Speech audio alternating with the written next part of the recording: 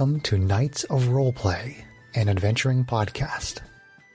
This is an actual play 5th edition Dungeons & Dragons podcast. Royalty-free music provided by Kevin MacLeod, Plate Mail Games, and Tabletop Audio. And now, to adventure.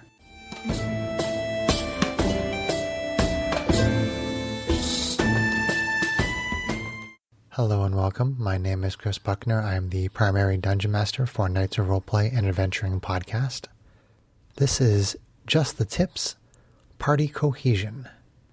So this episode is a little more focused on players that have different sort of play styles.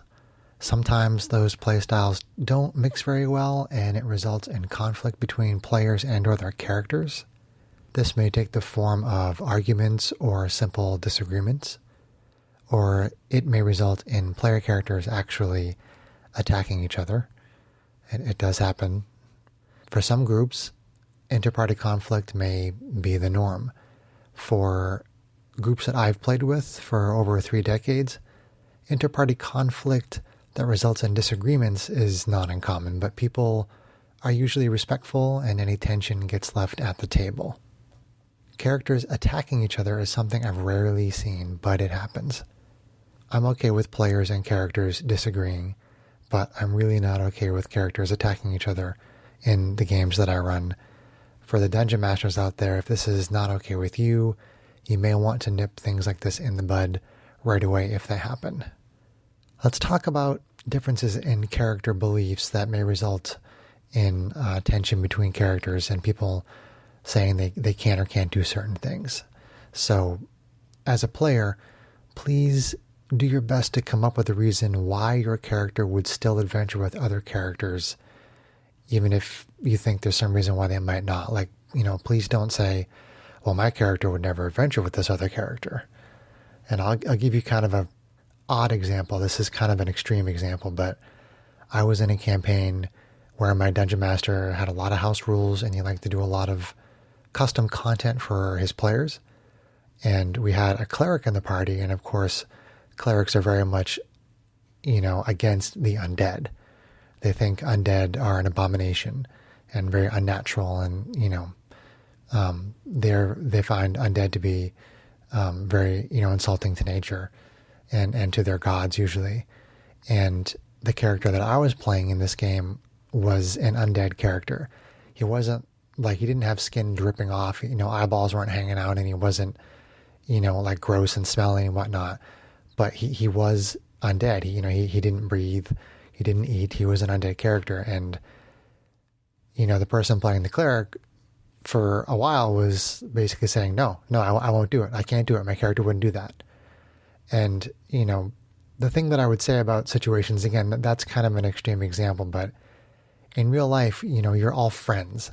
And I feel it is the responsibility of each player to find reasons why their character would travel with the other characters. Even if someone were to say, well, this is, something that's diametrically opposed to my character. I mean, there's got to be some kind of a compromise. There's got to be some kind of a way that you can say that my character would do it for reasons X, Y, or Z. And since you're friends and you're trying to play together, I think it's important for people to come up with reasons why their characters would adventure together, even if, on the surface, it doesn't seem like they would. A similar concept would be finding reasons to go on adventures. Again, I would, recommend, please don't say things like, well, my character would never go on this adventure. Again, please, find a reason as to why your character would want to go. Because, you want to play the game, right? So if your character won't adventure with another character or your character won't go on certain missions, then you're basically saying, yeah, I'm just not going to play this adventure. Or maybe I'm not going to play in this campaign. So, obviously if you want to play in the game, then, you have to come up with reasons. And maybe if you have to fight that hard to come up with reasons, then maybe that group isn't the right group for you. And you could always maybe look for another group. I would say that the number one thing to remember when you're a player is that everyone is friends and everyone is trying to have fun. So ask yourself, what would not be fun for you if it were to happen in the game, and try not to do those things during the game with regard to your fellow players. So that is the end of this episode, and I hope you enjoyed it. I hope it was helpful, and I'll talk to you next time.